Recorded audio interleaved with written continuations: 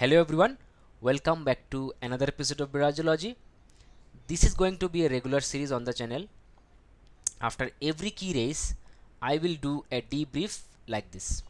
In this video, I am going to debrief my race at Tata Mumbai Marathon 2025, and this race matters because it sits at an important point in my journey, a race where the fitness was present but the execution was not fully aligned.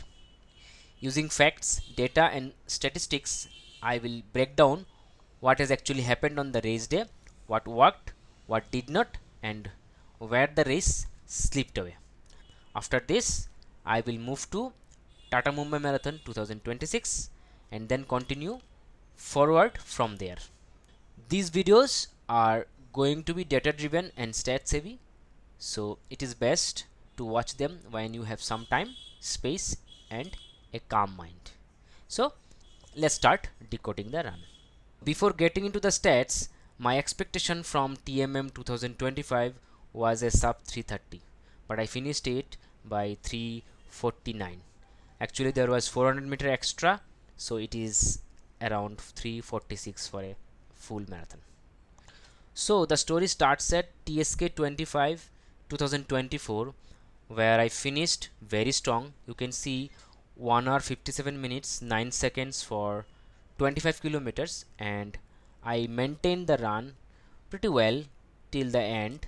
Most of the kilometers were on target, 433, 437, and if I average it out, it came to 437. So from average, the each and every kilometer were not very far away, and I was running the entire run at my threshold capacity. So if I scroll down, you will see the HR was high, but it was settled around 180, which is my threshold capacity approx, except the last kilometer where I intentionally pushed harder, went for 414 per kilometer, 418 per kilometer, and touched 191. Now, of course, a marathon cannot be done at threshold. It has to be much below than this.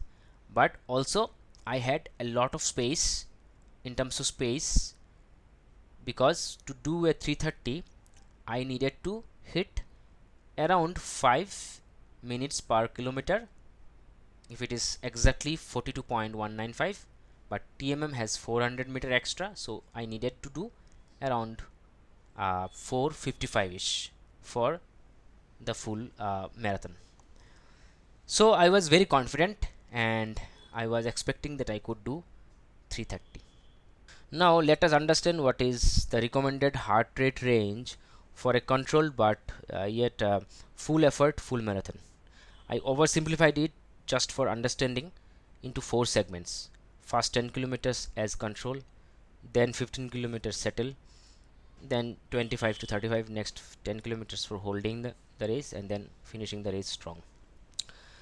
Now of course, the actual max HR will vary a little bit based on the elevation profile and the route, and also the atmosphere, weather on the race day, humidity and temperature.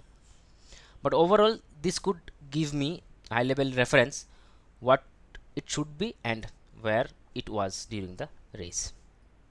So far so good, everything was looking very good till TSK 25, but then I made a fundamental mistake after TSK 25. I did not know that my white tissues, that means my ligaments, needed more rest and recovery before TMM. Instead of giving rest when my muscles felt well, I started running back because I was fearing that I will lose out fitness. Just after 3 days, I did a 16 kilometers, then 5 kilometers, and then on the next Sunday, I did a 30 kilometer with an uncommon elevation of 84 meter for me, and then a higher relative effort of 169. All of this destroyed my legs and my fitness. But then I did not stop running and take responsibility of my injury, but kept on running because I was fearing that I will lose out fitness. You can see continuously after that 30 kilometer I was pushing hard, and running almost every day. Finally, I felt it is not possible to run anymore on 3rd of January 2025 and said I am officially injured. But then, even after that, I did not stop because I was again fearing that I will lose out fitness. I have to keep on running. So I underestimated the injury. I did a tempo run, and then finally I made the biggest mistake by running this equal run on 12th of January with my max effort. Now these are all major mistakes a recreational runner can do while pursuing running as a hobby. I could have taken a help from a coach and it is highly recommended, but then as a person I generally like to pursue things by my own and learn from my mistakes. Of course, that has a lot of cost to pay, which I paid on TMM 2025. So let me take you through the other side of the spectrum where I started eating a lot to get recovered from these injuries. Also introduced a lot of animal protein in my diet so that it supports the recovery. But my stomach was not ready to accept it. So just before 1 week, I had stomach upset, and to cure that, I had to take antibiotics for 3 to 4 days continuously. All this destroyed my digestion process just before the race. I had no idea that I need at least three things to have a successful full marathon. Number one, my strength, that is leg strength.